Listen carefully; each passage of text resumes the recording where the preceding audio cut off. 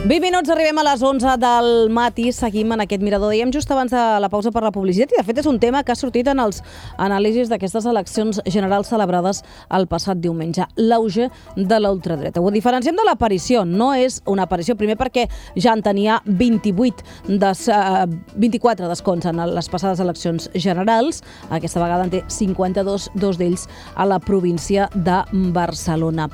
És un auge perquè ja en tenien, però en aquell moment també era un auge perquè el partit ja feia temps que existia, però la ultradreta, d'una forma molt més residual, existia a l'estat espanyol.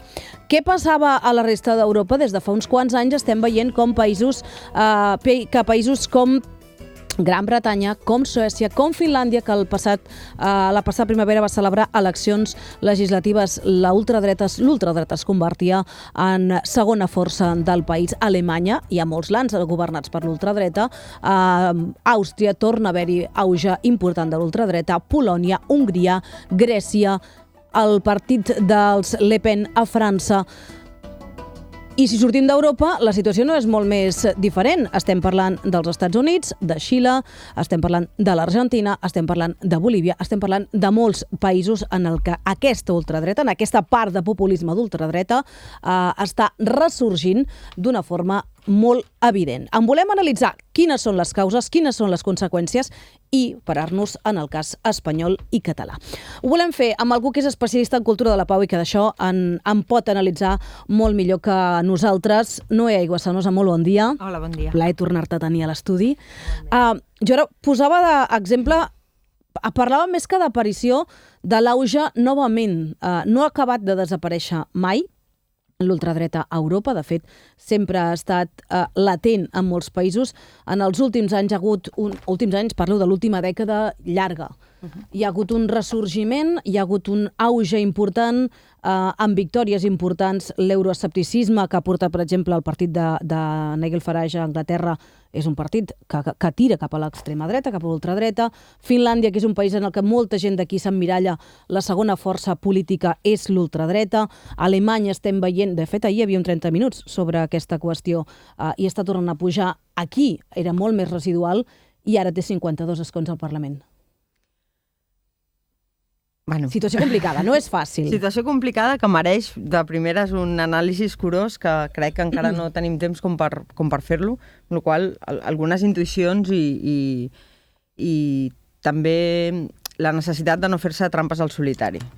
A nivell europeu, és veritat que l'extrema dreta estava en augment a tot arreu i aquí teníem com una situació d'excepcionalitat. El que en Xavier Casals, que és expert dels referents en tema d'extrema dreta, parlava de presència absent, que era que l'extrema dreta hi era, però era una presència absent a nivell institucional. Jo crec que una de les explicacions que hi ha en aquestes eleccions és l'efecte aglutinador de moltes de les extremes dretes sota el paraigües de Vox, no? Aquí a Mataró, per exemple, és un cas molt clar. Tot el que significava l'espai de plataforma per Catalunya s'ha anat a Vox, amb la qual cosa això vol dir que el que abans tenia o no tenia representació o estava el vot dividit, ara té com un paraigües que li dona molta més representativitat. Doncs jo crec que ara ja som homologables amb això també a Europa, per desgràcia. Penso també que Espanya, Portugal i Grècia han sigut 3 països que els ha costat més entrar en aquesta extrema dreta, malgrat que Grècia ho va fer molt abans que Espanya i Portugal encara no ho ha fet amb aquesta força, però el tema és també la història recent nostra, no? Venir d'una època de franquisme segurament ha dificultat més, paradoxalment, perquè és un missatge com una mica paradoxal, la representació institucional per la proximitat que hi havia amb un règim dictatorial, no? Cosa que no ha passat amb altres països d'Europa. Jo crec que aquí ha jugat també molt el tema de la globalització, de les incerteses i les pors que acumula la globalització, i això sí que es pot fer una lectura global i internacional, tant als Estats Units, a Brasil com a Europa, com ja apuntaves tots els països que deies. El tema és que jo crec que aquí sí que s'ha de situar, no només és mèrit entre moltes cometes, de l'extrema dreta el resultat, sinó és desmèrit de que una part de l'esquerra, també molt entrecomillada, no ha donat respostes a pors i inseguretats de la ciutadania en quant a la globalització es refereix, a crisi econòmica, temes d'habitatge, el tema de la corrupció política, el tema, en el cas que ens ocupa també aquí, de la resposta al procés. Tot això ha jugat amb que hi hagi com una esquerda on un missatge populista titular d'un Twitter et pot seguritzar.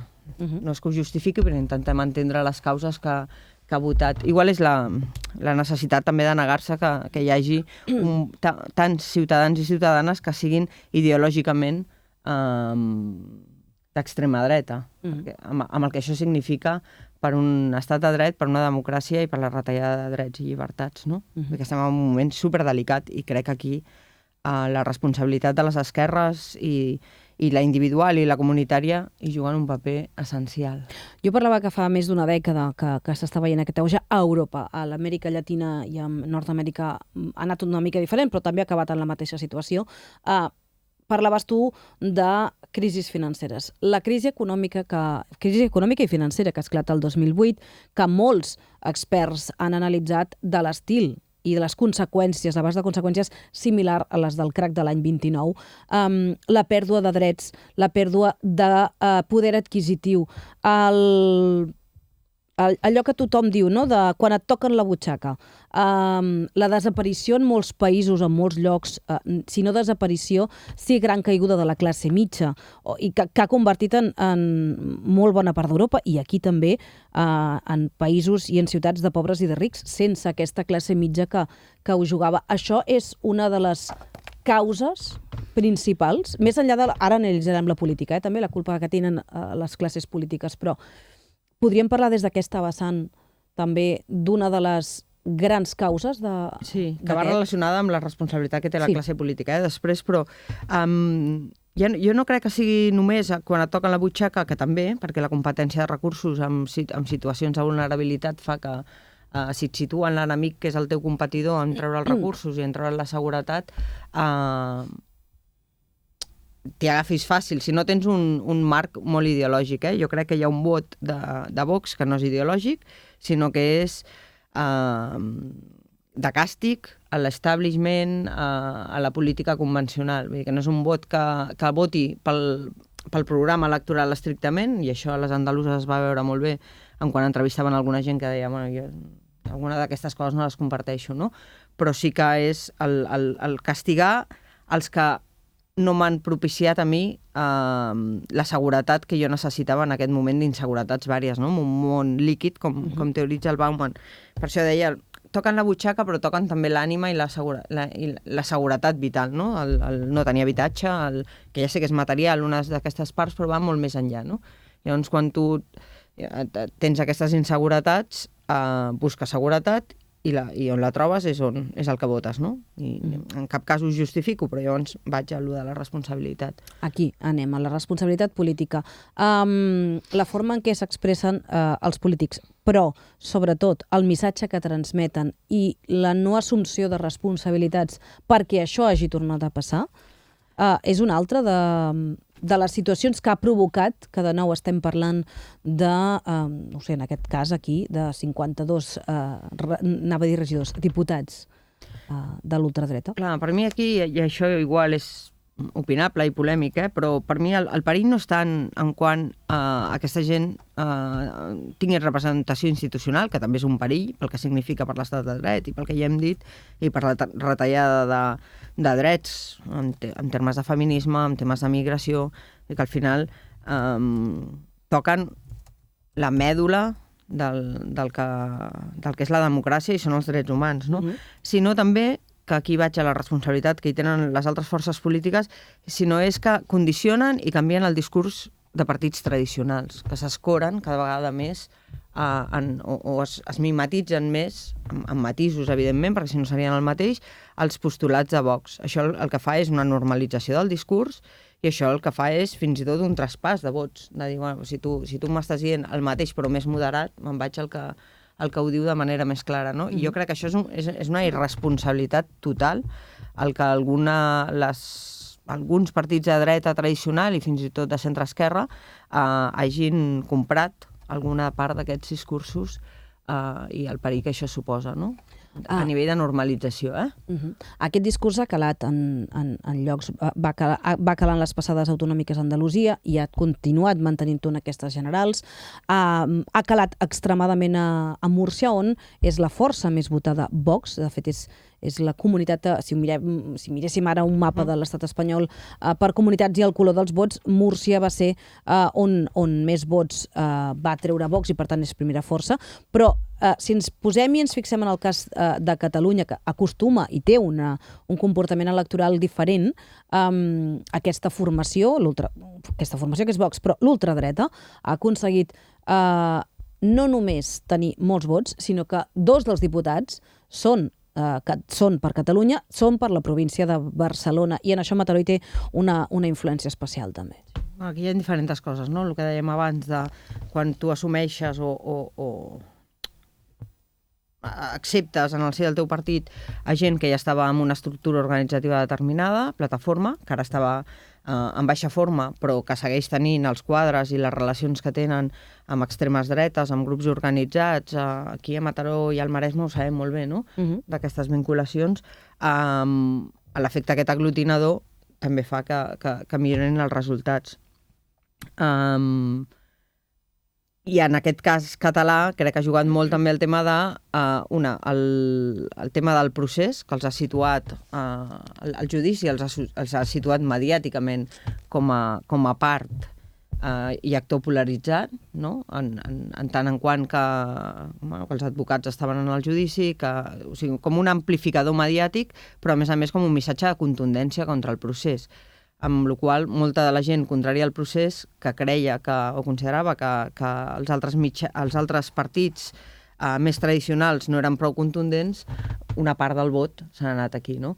Però això també, el vot és molt diferent, perquè els resultats a Barcelona, Sarrià, el comportament electoral de Sarrià no té res a veure amb el de Nou Barris, no? Vull dir que aquí, com que es barregen moltíssimes coses, per això deia que cal un anàlisi més profund, no? Amb el cas de Nou Barris sí que és el tema de les inseguretats i de no arribar a final de mes i de les situacions de vulnerabilitat. El tema de Sarrià és una altra cosa. Segurament és un vot molt més ideològic i molt més conscient d'extrema dreta. Si ens fixem en el cas de Mataró, que també ho deia que és paradigmàtic perquè Plataforma per Catalunya va obtenir 3 regidors el 2011, el 2015 va renovar una regidora, aquesta vegada com a Vox han quedat fora, però per molt poques dècimes. Però ara, si mirem aquestes últimes eleccions de diumenge, va obtenir més del 8% dels vots, dels sufragis aquí a la ciutat, i si ens fixem ara parlaves dels barris de Barcelona, però si ens fixem en els barris de Mataró, els que es vegin per televisió poden veure aquests tants percents que podem posar a pantalla, en els que en alguns barris, com la Llàntia, Cerdanyola o Cirera, el Vox ha aconseguit més del 10% dels vots. És gairebé un 14% a la Llàntia, 12,5% a Cerdanyola Sud, 11,3% a Cerdanyola Nord, més del 10% a Cirera, 9,31% a Rocafonda, 8,93% a Vistalegre, Palau 8,30, Molins 8,26, Pla d'Embuet 7,92, Pere Mas 6,84, Centre 4,36 i Eixample 4,3. Sí. Aquí el vot seria com 9 barris a Barcelona, no? Una mica. En el cas, per exemple, de Cerdanyola, on Plataforma és forta i està estructurada i té xarxa, fins i tot xarxa més enllà de la política, no? Que es mou per aquest barri, doncs és claríssimament, no? Que aquest és el vot que prové de Plataforma per Catalunya. En el cas de Rocafonda, el missatge antimigració, la competència de recursos, el mateix, no? I això és extrapolable a Cirera i a la Llàntia. Per això el Centre i l'Eixample tenen aquests resultats tan baixos, no? Però si parlem de Cerdanyola, Cerdanyola és un sol barri, però aquí Mataró sempre es divideix entre Cerdanyola Sud i Nord. Són els dos més alts. Són els dos, més enllà del de la Llàntia, són els dos més alts, també. Aquí estaríem parlant d'un component diferent? No, jo crec que sociològicament Cerdanyola, Cirera i Rocafonda no és que tinguin molta variable, però el fet de que la gent de Plataforma tingui més estructura i es mogui més a Cerdanyola sí que pot explicar una mica més el tant per cent aquest, no? I els problemes derivats del discurs que ells utilitzen enfront a la immigració, que això sí que Cerdanyola i Rocafonda tenen més pes, no? La criminalització de la immigració, la islamofòbia... Què pot, si fem política ficció de futur més immediat, hi ha qui diu que això és un suflé que baixarà, però hi ha qui diu que això encara li queda camí de pujada. Des del teu punt de vista, i veient documentals com el d'ahir que feien el 30 minuts, que és totalment recomanable, estem parlant d'una època en la que anirà...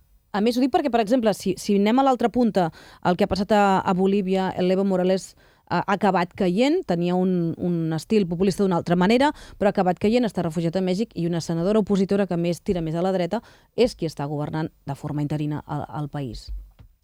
Bueno, el tema és que jo penso que seria una irresponsabilitat del tot quedar-nos de braços plegats pensant que el suflé baixaria sense fer res, perquè mentre el suflé no baixa, aquí hi ha normalització de discurs d'odi, hi ha retallades de drets, hi ha judicialització de la política, hi ha missatges d'odi, que crec que això en una democràcia contra les dones, contra els col·lectius LGTB, contra els col·lectius migrants i les que vindran.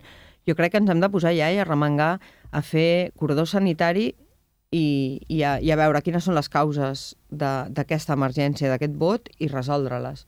No esperar a que el suflé baixi, perquè encara que baixi, mentre no baixa, el cost que té el retrocés d'aquests drets i llibertats crec que, no sé si és irreversible, però el patirem molt mentrestant. Llavors, jo crec que ens hem de remengar ja, i aquí només passa per també deixar de banda altres eixos i fer polítiques unitàries de control, de cordó sanitari amb aquests temes, perquè ens hi juguem molt. És que està en joc moltes coses, no és un tema.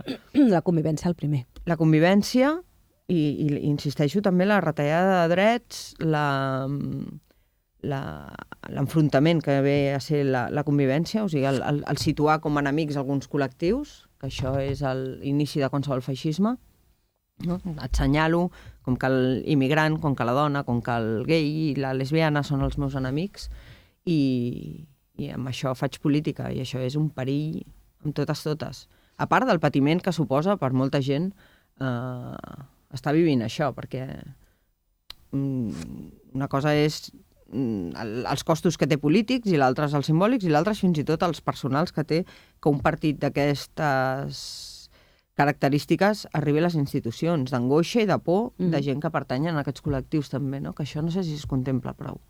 S'haurien de fer aquestes polítiques, caldria veure aquest patiment. Calen polítiques de canvi, calen canvis, ja no val al mig termini, calen de forma immediata. Immediata i urgent. Polítiques públiques que donin resposta a totes aquestes angoixes de la gent, que són legítimes i a més són reals. Quan la gent creu que la persona que l'ha de defensar, els partits, les formacions polítiques que l'ha de defensar, rescaten bancs en lloc de defensar-les, busca una altra persona que li doni seguretat. Doncs jo crec que la responsabilitat ara és cohesió social, lluita contra la pobresa, neteja de la corrupció política amb total contundència. I a part d'això, el tema comunitari, que crec que és indispensable, treballar des d'associacions de veïns, des d'AMPAs, des d'unitats, des d'entitats unitàries com són Unitat contra el Feixisme i el Racisme i tantes altres, per fer front a això també des del carrer i des de la unitat de les forces democràtiques, malgrat els matisos i les diferències ideològiques que podem tenir amb altres temes. I, bueno, aquí també vull situar la responsabilitat que hi tenen els mitjans de comunicació, Vull dir que aquí, i la responsabilitat individual de si en una conversa, jo porto 2 converses de família que quan es fa un missatge que Vox l'utilitza, m'aixeco de la taula i dic, en una taula on s'utilitza un missatge de Vox no segueixo una discussió. I aleshores la gent, no, però això jo no soc... No, ja, però tu estàs utilitzant un missatge, no? I la responsabilitat individual amb el quotidià de no normalitzar segons quins discursos, i que cadascú, des de la seva vida i des de la seva parcel·la acadèmica, de membre de l'AMPA, de membre d'un sindicat, de membre d'un partit polític, com a ciutadà individual, i tenim molt perquè ens hi juguem molt. I els mitjans de comunicació penso que també, de com es tracta el fenomen, no només amplificant el missatge, sinó contrarrestant-lo, fent debats o sigui, tractant-lo amb rigor, amb el rigor que es mereix. Llegia que l'enquesta que els donava un 1,4% del CIS a Vox va tenir un amplificador, un 1,4 o un 1,3 o un 1,2, menys que un 1,4, va tenir una amplificació als mitjans brutal. El PACMA se li donava un 1,4 i ningú ho sap, no? Per entendre'ns? És una manera de fer caricatura, però crec que és com molt simptomàtic, no? La responsabilitat de tots, perquè ens juguem tots molt, i és això que és una qüestió de futur immediat ja ara mateix. Noelia Cassanosa, caldria que podríem fer un anàlisi molt més extens i llarg i caldria analitzar encara moltes més coses que les que avui hem intentat fer amb el màxim dels respectes i rigors per aquesta qüestió, però no volíem deixar-ho de banda per les dades i per com també s'ha produït aquest fenomen a la ciutat de Mataró. Gràcies per ser avui amb nosaltres. Gràcies a vosaltres per situar el tema.